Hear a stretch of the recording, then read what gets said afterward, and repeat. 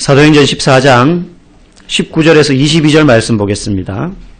신약성경 212페이지.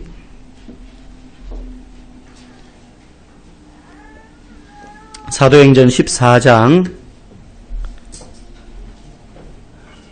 19절에서 22절까지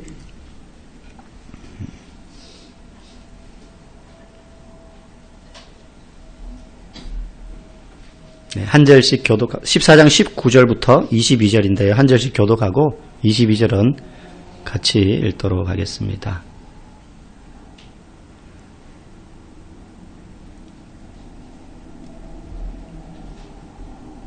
제가 먼저 읽겠습니다. 유대인들이 안디옥과 이고니온에서 와서 무리를 충동하니 그들이 돌로 바울을 쳐서 죽은 줄로 알고 시외로 끌어내치니라.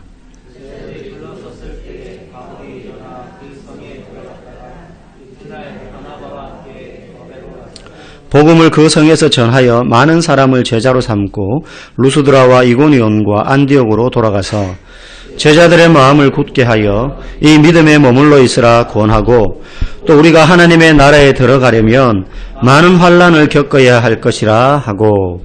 아멘. 불편케 하는 사람이라는 제목으로 잠시 말씀 전하겠습니다.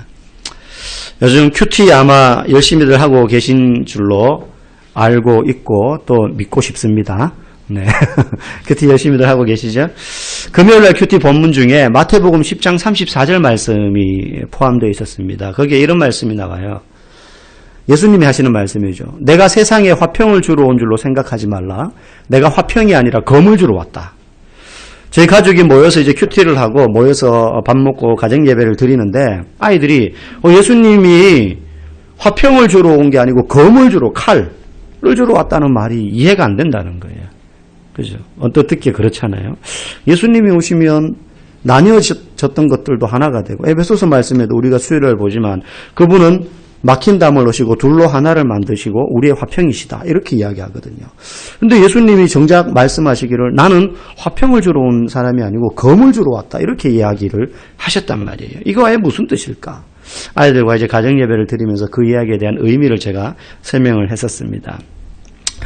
이 검을 주러 왔다 화평이 아니라 이 말씀은 오늘 본문의 본질적인 내용과 직결되어 있습니다. 그래서 오늘 본문의 내용을 가만히 읽어보면 이해하면 이 말씀을 예수님이 왜 하셨는지를 우리가 알 수 있어요.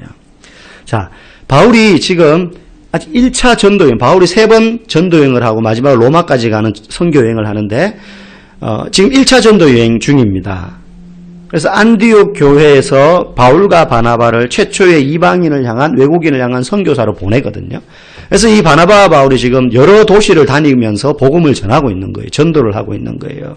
그런데 그들의 행적을 가만히 살펴보면 특징적인 모습이 나타나는데 바울과 바나바가 한 번도 가보지 않았던 도시겠죠. 이스라엘 외부의 도시니까.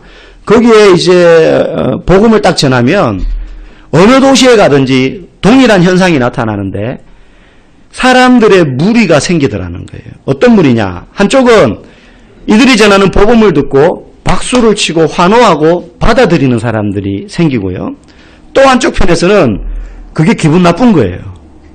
그래서 복음을 듣기 싫어하고 적대시하고 심지어는 바울과 바나바를 죽이려고까지 작당하는 그런 무리들이 생기더라는 겁니다. 그러니까 극단적인 두 무리들이 나뉘어지는 거죠. 이건 어느 도시에 가건 똑같이 나타나는 현상이었어요. 이들이 복음을 전하면 우리는 생각하기를요. 복음을 전하면 안 좋았던 일들도 좋은 일로 바뀌고 뭔가 문제가 있었던 것들이 해결돼서 사람들이 다 환영을 하고 막 분쟁이 있었던 지역이 평화로워지고 뭐 그래야 되는 거 아닌가라는 생각을 우리는 합니다. 그죠? 복음, 복된 소식이잖아요. 그런데 실제 나타나는 현상 보면 꼭 그렇지만 않더라는 거예요. 이들이 들어가서 복음을 전하는 곳마다요. 소동이 일어나고 때로는 분열이 일어나고요. 그리고 사람들 사이에 긴장과 위험이 도사리게 되더라는 겁니다. 이게 복음이 주는 뚜렷한 양면성이에요. 그런데 바울과 바나바만 그랬냐? 사실은 예수님도 마찬가지였어요. 복음서를 가만히 보면 예수님이 숱한 기적을 행하는데 그리고 좋은 하나님의 말씀을 사람들에게 전하는데 환호만 했던 게 아닙니다. 환호하고 좋아하고 예수님을 왕으로 모시려고까지 하는 그런 받아들이는 사람들이 있었던 반면에 바리새인과 사두개인과 서기관들을 중심으로 한 또 그 주변에 있었던 사람들은, 권력 있는 사람들, 힘 있는 사람들은 그 꼴을 눈뜨고 못 보는 거예요.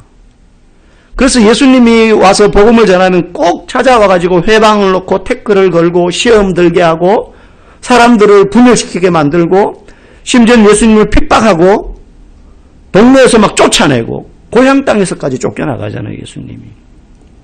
예수님 때도 사람들이 다 예수님은 와, 당신 최고입니다. 능력 있습니다. 잘합니다.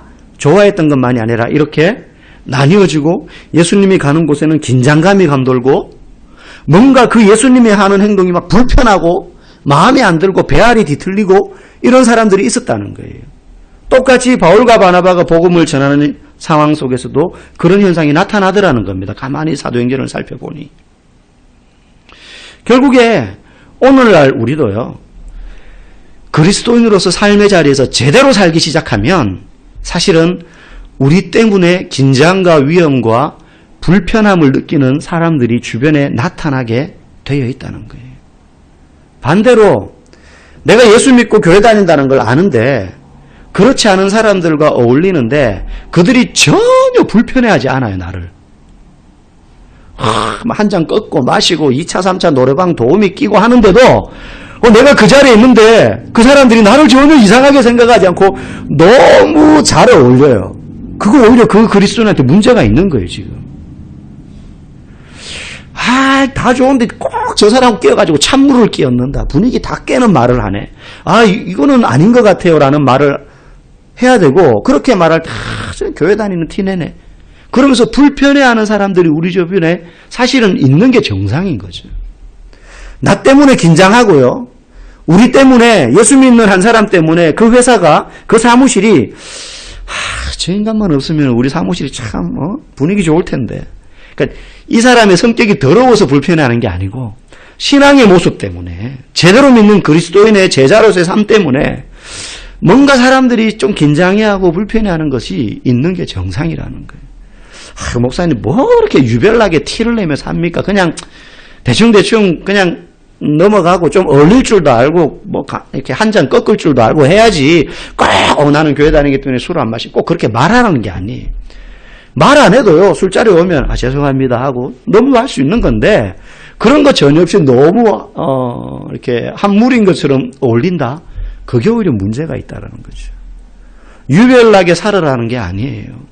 정말로 예수 그리스도가 참된 진리이심을 믿는 성도라면, 우리가 믿는 바를요, 굳이 원하지도 않는데 가서 들이밀면서 할 것까지는 아니더라도, 우리의 믿는 바가 자연스럽게 드러나게 되어 있습니다. 어떤 분 그런 고백하는 거 들었어요. 신앙생활 하다가요. 이제 한 소그룹이 이제 훈련을 받은 거예요. 그래서 고백을 하는 거죠. 사실은 내가 교회 나온 지 몇 년이 됐는데 7년 동안 이제 신앙생활을 하면서 한 회사를 7년 동안 똑같이 다녔는데 사실은 우리 직장 사람들이 아무도 내가 교회 다닐 줄 모르고 있어요. 7년 동안.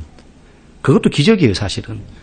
그러고 막 이제는 내가 직장에서도 그리스도인이라는 것을 당당하게 드러낼 어떤 마음의 용기가 생깁니다. 막 이렇게 고백을 하는데 옆에 있던 한 그룹의 자매가 혹시 무슨 회사 다니세요? 땡땡 상사 다님. 나도 그 회사 다니는데. 두 사람이 몇 년 동안 한 직장에 다니면서 서로 그리스도인이라는 것도 몰랐고 같은 교회 교인이라는 것도 몰랐다는 이 웃기고도 슬픈 현실이 남의 이야기가 아니라니까요. 우리는 누군가를 불편하게 하는 사람이어야 합니다. 그런 의미에서. 예수 믿는 것 때문에 다른 사람들이 불편해하고 그 현장에 나 때문에 긴장감이 감돌고 위험이 감돌아야 되는 거예요. 네. 여러분의 신앙생활 때문에요. 삶의 자리에서 환호하는 사람들, 나도 만약에 신앙 종교를 선택하면 저 사람을 보니 나도 교회를 선택해야겠어. 기독교를 선택해야겠어. 혹시 이렇게 환호하는 사람들이 있으면 너무 좋죠. 그런 반면에요. 한쪽 편에서는 저 인간 꼭 회식하는데 껴가지고 말이지. 술도 마음대로 못 마시게 눈치 보게 만들고. 그렇게 불편해하는 사람이 우리 주변에 있어야 됩니다. 그게 있을 때 오히려 우리가 그 사람들 눈치를 보고 주눅들을 할 게 아니라 그들이 우리를 보고 오히려 눈치 보고 두려워해야 되는 거죠. 저 사람 없는 데 가서 우리가 3차 가자. 저 사람 빼고. 야, 당신도 같이 가. 전에 보니까는 우리보다 더 잘 놀 때. 이러면 안 된다는 거죠. 여러분, 어떤 모습이 정상적인 그리스도인일까요? 예, 불평케 하는 사람이어야 됩니다. 그럴 때 누군가 나 때문에 직장에서 긴장하고 불편해하면요. 욕 한마디 하려다가 못하고 그러면요. 내가 지금 건강하게 살고 있구나. 내가 지금 그리스도인으로서 제대로 살고 있구나. 그 표시로 여러분들이 생각하셔야 됩니다. 오늘 본문에 보면 바울과 바나바 일행에 특별한 동선이 나옵니다. 성경을 읽을 때 여러분 지명이, 도시 이름, 지명이나 사람 이름이 이렇게 연달아 나오면 사실은 이렇게 좀 의미가 별로 없는 것 같아서 이렇게 막 빨리 그냥 넘어갑니다. 대충 읽고 혀도 막 꼬이고 하니까 이름들이. 그런데 때로는 지명이 나올 때 굳이 그 지명, 많은 지명을 하나하나 기록해 놓은 이유가 있을 것이다라고 우리가 한번 좀 생각해 봐야 돼요. 오늘 21절에 보니까 이렇게 말해요. 복음을 그 성에서 전하여 많은 사람을 제자로 삼고 루스드라와 이고니온과 안디옥으로 돌아갔다라고 말해요. 뒤집어서 이야기하면 지금 바나바와 바울이 1차 전도 여행을 하는데 코스가 어떻게 되느냐 하면 안디옥에서부터 처음 파송을 받습니다. 안디옥이라는 도시에서부터 그 다음 간 데가 어디냐면 구브로 섬. 그래서 저번에 사도행전 설교할 때 구브로 섬이 바나바의 고향이고 거기에는 도시가 두 개가 있는데 신바보가 있고 구바보가 있다. 기억 안 나죠? 예, 그래야 돼요. 그래야 제가 다음에 똑같은 설교를 해도 은혜를 받는 거예요. 예. 망각 연세를 주신 하나님이 얼마나 지혜로운 분인지 몰라요. 다 기억하면 목사가 했던 말 또 우려먹고 해야 되는데 그걸 못해요. 예. 목사도 하다 보면 이걸 내가 했는지 아닌지 모르거든요. 어떨 때는. 예화를 들어도 이거를 이때 예화를 들었는지 저때 예화를 들었는지 잘 모를 때가 있어요. 구브로선 갔다가 그 다음 비시디아 안디옥이라는 지역을 갔다가 그 다음 이고니온을 갔다가 지난주 이번 주에 나오는 루스드라라는 성에 가는 거예요. 그리고 루스드라에서 복음을 전하고 마지막 가는 데가 20절에 보면 더베라는 도시예요. 이게 1차 선교 여행에 지금 바울과 바나바가 갔던 도시들이에요. 안디옥에서 출발해서 구브로, 비시디아, 이고니온, 루스드라, 그리고 더베. 그리고 오늘 21절에 보니까 되돌아간다 그랬어요, 지금. 되돌아가는데 어디로 되돌아가느냐 하면 루스드라, 이고니온, 안디옥. 여러분 이게 지금 무슨 내용이냐면 우리가 예를 들어 이제 평택에서 가요. 부산을 가요. 그러면 부산까지 그냥 가는 게 아니고 비즈니스가 아니라 관광이니까 특별 열차를 타고 아니면 이제 관광 열차를 타고 여수 갔다가 목포 갔다가 부산을 다 구경을 해요. 구경 잘 했어요. 얼마나 볼 게 많습니까? 그쪽 그죠? 실컷 구경하고 이제 집에 오려고 하면 KTX 타고 바로 평택이나 어디 수원이나 이렇게 와야지 제일 빠르고 편하게 오는 거잖아요. 그럼 뭐 1시간 채 안 걸려서 온단 말이죠. 근데 지금 바울과 바나바가 전도를 쫙 했는데 어떻게 오느냐 하면 거기서 안디옥으로 바로 오는 게 아니고 다시 그 동네를 다시 거꾸로 되짚어서 하나하나 다시 거쳐서 오는 거예요. 근데 오는데 그 여정이 만만치 않습니다. 왜냐하면 가는 곳마다 바울과 바나바를 핍박하고 조금 전에 루스드라에서는 사람들이 그들을 묶어가지고 돌로 쳐서 바울과 바나바가 죽은 줄 알고 발로 쿡쿡 차도 꿈쩍도 안 하고 짝대기로 찔러봐도 요동도 없으니 돌 맞아 죽은 줄 알고 성 밖으로 내던졌던 도시예요. 근데 거기를 지금 더베를 갔다가 다시 되돌아가는 거예요. 굳이. 왜 그러냐 이거예요. 왜 그러냐 이거예요. 거기에는 분명한 이유가 있습니다. 바울이 지금 안디옥에서 출발해서 도시마다 복음을 전하고 왔는데 아직 그 도시마다 다 연약한 어린 성도들밖에 없어요. 이제 막 예수를 믿게 된 이방인 지역이니까. 그리고 교회도 세워지지 않았어요. 그러니까 이들이 복음을 듣고 바울과 바나바가 전한 복음을 듣고 신앙생활을 하는데 어떻게 했겠습니까?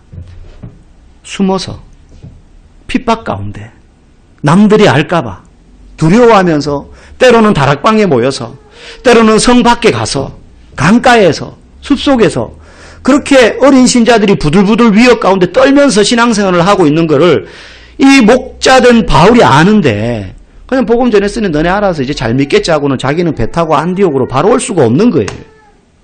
그래서 왔던 그 길을 다시 되돌아가면서 그들을 다시 손 한 번 붙잡아주고 한마디씩 하는 겁니다. 그러면 우리는 생각할 때, 그러면 다시 돌아가면서 막 이들을 격려하고 힘내라, 소망을 가져라, 기도해라, 뭐 이런 좀 격려의 이야기를 할 것 같은데, 오늘 본문 가만히 읽어보면 22절에 이렇게 말해요. 뒤에 보면 제자들의 마음을 굳게 하여 이 믿음에 머물러 있으라. 권하고 난 다음에 또 우리가 하나님의 나라에 들어가려면 많은 환난을 겪어야 할 것이다. 지금 막 환난 받고 있는데 신앙생활 하는데 무지무지한 핍박 때문에 막 부들부들 떨면서 신앙생활 하는데 바울이 가서 하는 말이 이 환난 겪어야 된다는 거예요. 너네 이 환난 당해야 되는 거다. 그러니까 피할 생각하지 말고 이 믿음 위에 머물러 있어라. 어디 도망가지 말고 피하지 말고 잠시 눈 감고 아이고 그냥 좀 잠잠해질 때까지 좀 중단하자 우리 모이는 거. 그러지 말고 이 환난 당해야 된다. 이거 겪어야 되는 과정이다. 이 얘기를 지금 하고 있는 거예요, 바울이. 이게 오늘 설교의 핵심입니다. 그러면 이 본문, 이 환난 당해야 된다. 왜 바울이 이런 격려 아닌 좀 부담되는 이야기들을 하고 올라갔을까? 오늘 이 말씀을 제대로 이해하려면 우리가 성경 한 구절을 봐야 되는데 한번 띄워주시겠어요? 신약 성경에 보면 야고보서 1장 2절이라는 성경 구절이 있습니다. 네, 우리 같이 한번 읽어보실까요? 시작. 내 형제들아 너희가 여러 가지 시험을 만나거든 온전히 기쁘게 여기라. 야고보 사도가 성도들한테 쓴 책입니다. 근데 이렇게 말해요. 시험을 만나면, 여기서 시험은 뭐 유혹받는 시험, 테스트가 아니고 고난받는 거고 환난당하는 거고 어려움 겪는 거예요.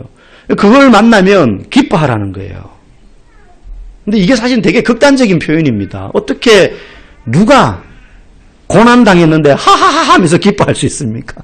누가 어려움 만났는데 허허허거리고 다닐 수 있습니까? 보통 그런 사람 보면 우리가 뭐라 그래요? 너무 고생이 심해가지고 좀 살짝 돌았나? 너무 어려움을 계속 겪더니만 약간 나사가 하나 빠졌나? 그런데 야고보 사도는 환난을 당할 때 시험 만날 때 너희가 기뻐하라 그래요. 그럼 뭔가 이유가 있으니 이런 말을 할 거 아니에요, 그죠? 정신 나간 소리는 아니란 말이죠.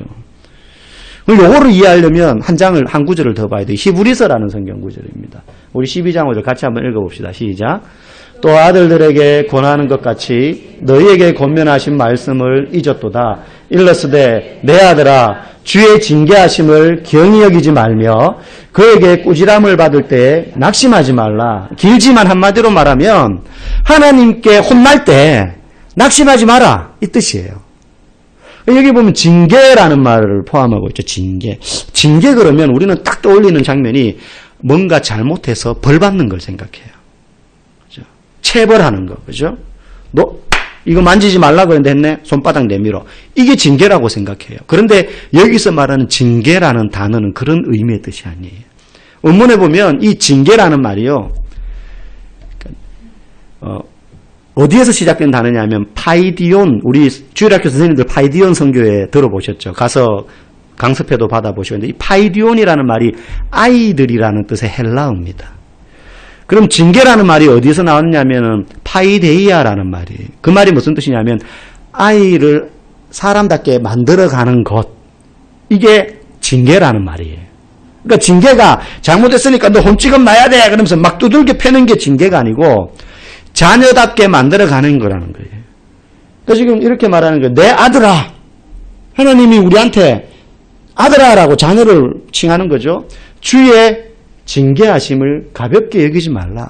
주님이 너희를 징계하는 것은 체벌하는 게 아니고 너희를 아들답게 딸답게 자녀답게 만들어가는 과정이다라는 거예요.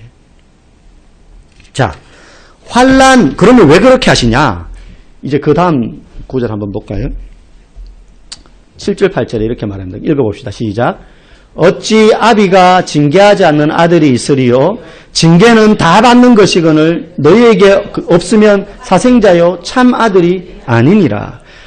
제가 지금 이제 4명의 자녀가 있습니다. 아내랑 이제 한 번씩 그런 얘기를 해요. 하나 더 있으면 좋겠다. 근데 지금 나와서 기르기는 그렇고 입양을 막 이렇게 진담 반 농담 반으로 생각을 했어요. 근데 입양도 부모의 나이 제한이 있습니다. 몇 세 이하까지 입양을 할 수 있지 더 넘으면 입양하고 싶어도 못해요. 너무 나이가 많으면. 저희가 몇 년 안 남았거든요. 만약에 한다면 하겠다는 거 아닙니다. 어디 가서 이건 교사님 5째를 입양하려고 하시더니 그냥 웃으면서 이야기한 거예요. 아기가 너무 좋으니까. 도율이 볼 때마다 막 귀여워 죽겠어요. 좀 있으면 이제 도율이가 오빠가 되거든요. 우리 교회에서도 이제. 어쨌든 입양을 했다 쳐요. 5째를. 아들을 입양을 했어요. 그런데 이 아들놈이 엉망진창으로 사는 거라. 새벽 2시에 들어와가지고 퍼질러 자요. 언제까지? 그 다음날 오후 2시까지. 일어나가지고 라면 하나 끓여 먹더니만 컴퓨터 앞에 앉아가지고 게임을 또 새벽 2시까지. 그리고 또 자. 하루 이틀도 아니고 허구한 날.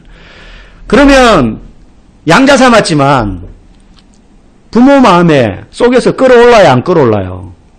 저거를 죽여 살려 막 이러면서 하루에도 12번도 다 죽이고 살 부활시킬 거 아닙니까? 죽였다 부활시키고 죽였다 부활시키고 이럴 거 아니에요. 저거를 막 입양시킨 걸 후회도 할 수도 있고 막. 근데 포기하겠어요? 협박도 해보고 돈도 줘보고 타일러도 보고 조건도 걸어보고 하다는 뚜들겨도 패보고 막 간섭할 거 아닙니까? 왜? 이놈이 인간 될 때까지 내 아들다워질 때까지 막 간섭하고 막 괴롭힐 거 아니에요. 막 힘들게 하겠죠. 걔 입장에서는. 근데 그때 철없는 녀석이면 우리 아버지가 보니까는 저 4명은 친자식인데 나는 입양해 놓으니까 친아버지가 아니니까 나를 이렇게 괴롭히네. 그게 괴롭히는 게 아니잖아요. 그게. 이놈 인간 만들려고 지금 그러는 거 아니에요. 그죠? 여러분 자식들 낳아서 키워보셨잖아요. 나는 단 한 번도 손 안 대고 말로 조분조분 해가지고 이렇게 잘 키웠어요 하는 분 계십니까? 난 단 한 번도 손찌검 안 해봤어요. 저도 많이 맞았거든요. 저는 저희 부모님 참 지혜롭게 양육하신 것 같아요. 역할을 구분했어요. 아들은 엄마가 때리고 딸은 아빠가 때린다. 저는 아버지한테는 한 대도 맞은 기억이 없어요. 너무 어려서 기억이 안 나는 때가 있었는지는 모르겠지만 어머니한테 많이 맞았어요. 매가 따로 있었냐? 아니 옆에 있는 게 매예요. 그냥 손에 잡히는 게 빗자루 몽댕이가 매고 요즘 방에 빗자루를 잘 안 쓰죠. 옛날에는 이렇게 쌀이 이렇게 해가지고 묶어서 쓰는 빗자루. 그거 파리채 있으면 파리채가 매고 파리채 대가리 많이 부러졌습니다. 손대 이런 거 아니고 그냥 이렇게 무릎 꿇고 훈계하다가 열받으면 그냥 잡아서 때린 거예요. 허벅지이고 등짝이고 가슴팍이고 막 때렸어요. 여동생은 아버지가 때리셨어요. 근데 아버지는 아무 데나 안 때리셔요. 역시 양반은 달라요. 아버지는 저를 시켜요. 너 매 꺾어 와.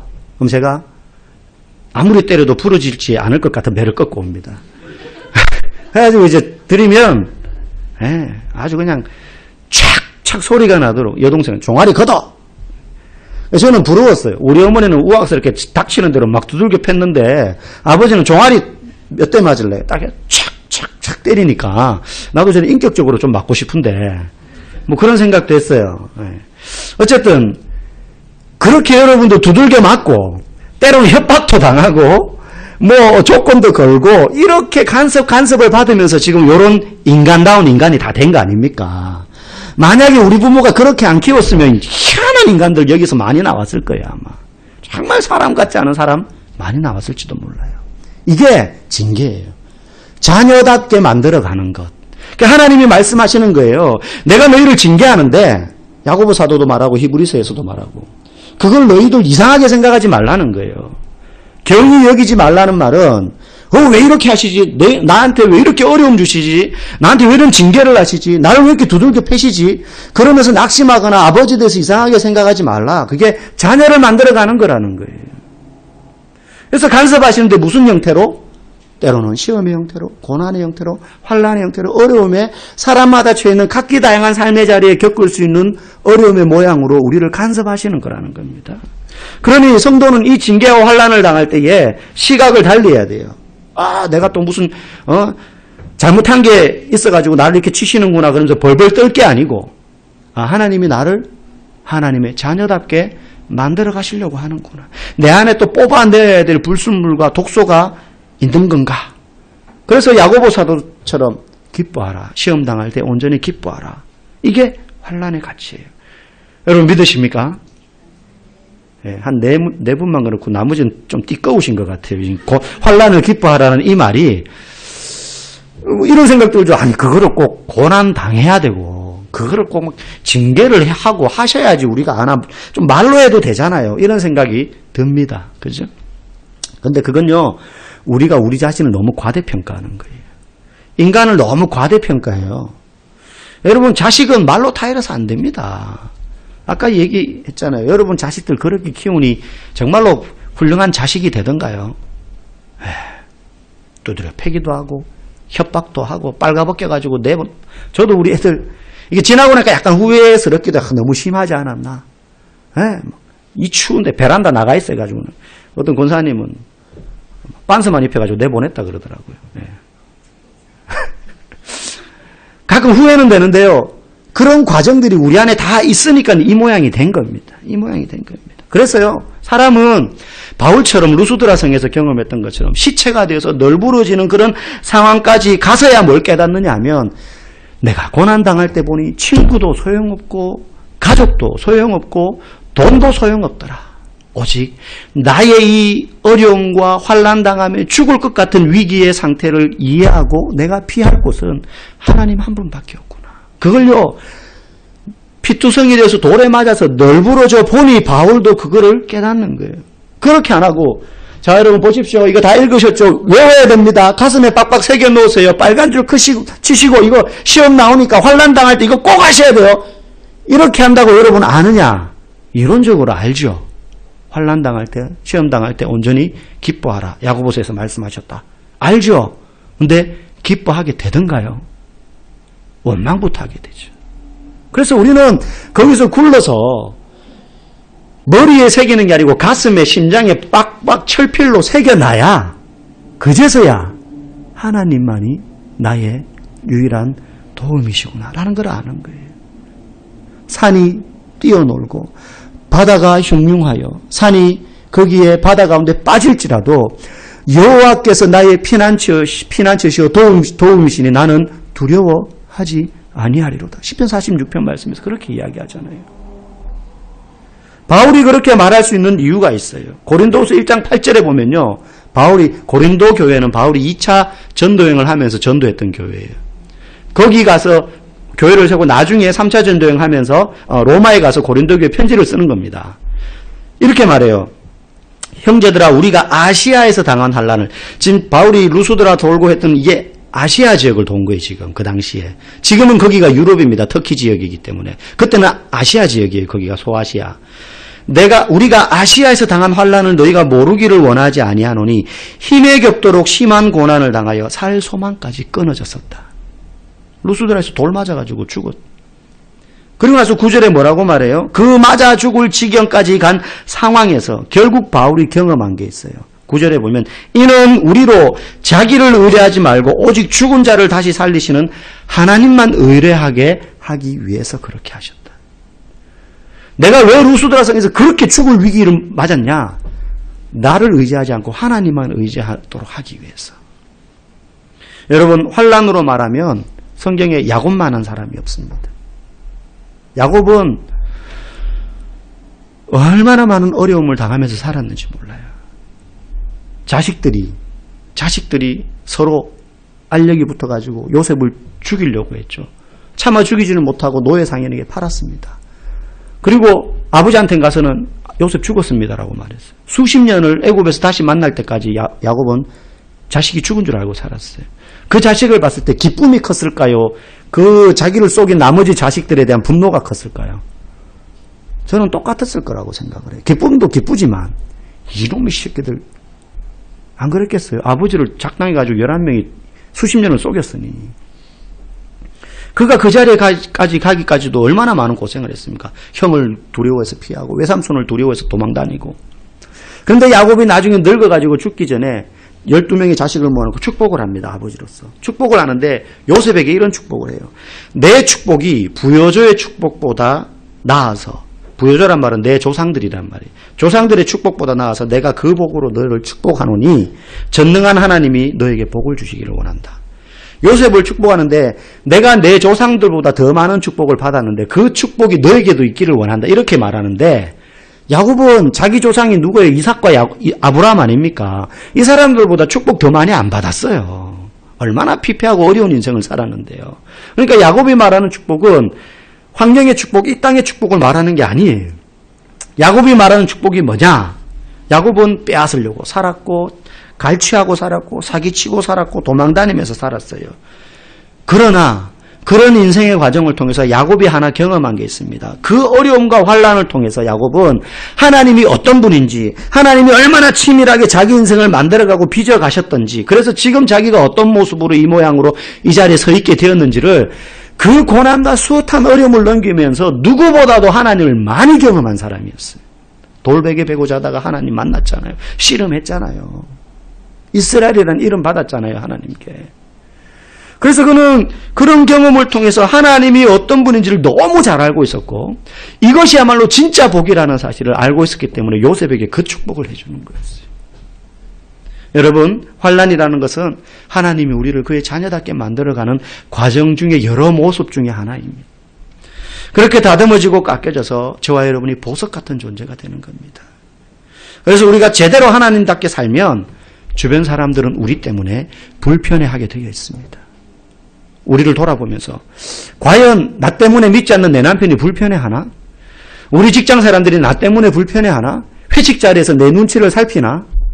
여러분, 우리가 그런 그리스도인으로서 살기를 원합니다. 그렇게 해서 하나님이 어떤 분인지 경험함으로 진짜 복을 받아 누리시는 저와 여러분들 되기를 주님의 이름으로 간절히 소망합니다.